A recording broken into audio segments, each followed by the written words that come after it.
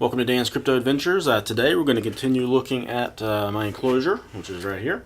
So I built the box in the previous versions, previous videos, and now I'm looking at some of the other components that go into an enclosure for mining rigs. So let's take a look at what's inside and also outside of the enclosure. The first thing is a light fixture. I did add a light fixture right in front of it, so when the doors are open, you can clearly see inside, clearly work in there, easily do what you need to do. Another item I added is a temperature gauge right outside, so I can see the outside temperature of the basement, and then there's also one inside as well, so I can always glance at those to see what the difference is, and also that will help me determine if it's working or not.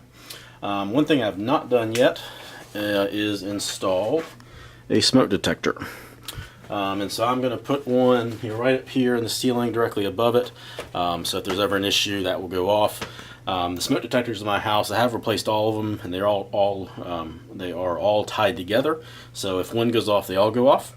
And so this is the basement, and we sleep on the second floor, so if this were to catch on fire, something were to happen in the middle of the night, it would set off this alarm right here, and all the fire alarms in the house would go off. So that's pretty crucial, so I'm not going to put anything in there and turn it on until that is installed. And then let's take a look at the inside. So here is it with the doors open. As you can see, it's pretty big. It's a pretty good size. Yeah, I think I'll be able to fit a lot in there.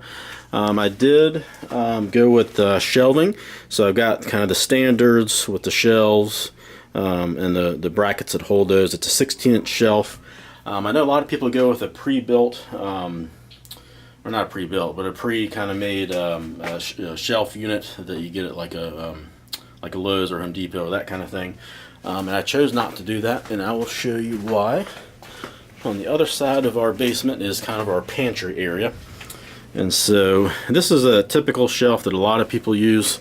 You can get these at Lowe's, Home Depot, any of the big box stores. They're pretty inexpensive, and it would work really well.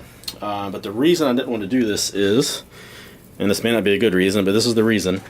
Let's say I space the shelving out like it is here, and then in a month I decide I need to lower this shelf right here a couple notches.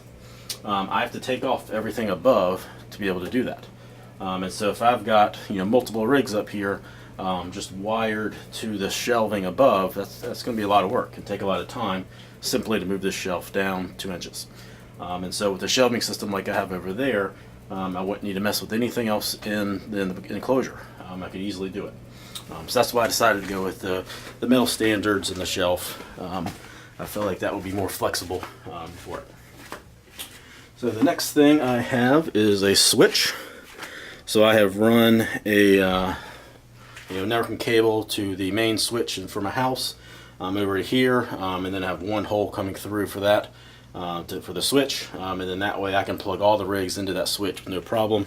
I did get just an 8-port gigabyte switch for that purpose.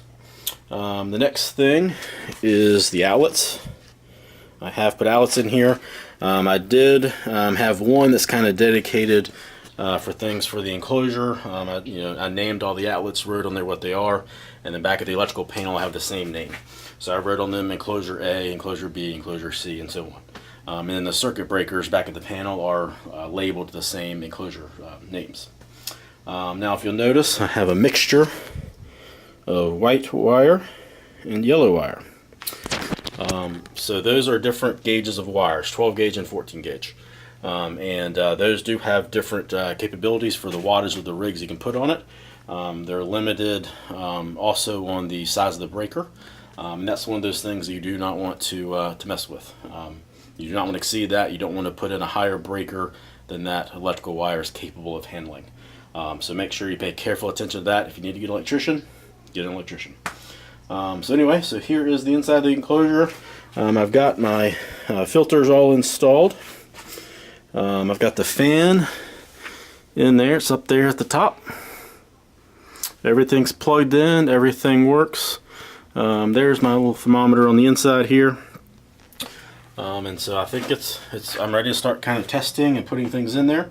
So that'll be one of my next steps, is I'll probably start with one rig maybe and kind of see how it works, and kind of monitor all the temperatures inside and out and just kind of see what happens. So there it is. So again, I know this is kind of a short video, but again, I hope to start kind of messing around with putting some rigs in there and seeing what happens. So thank you. Talk to you later.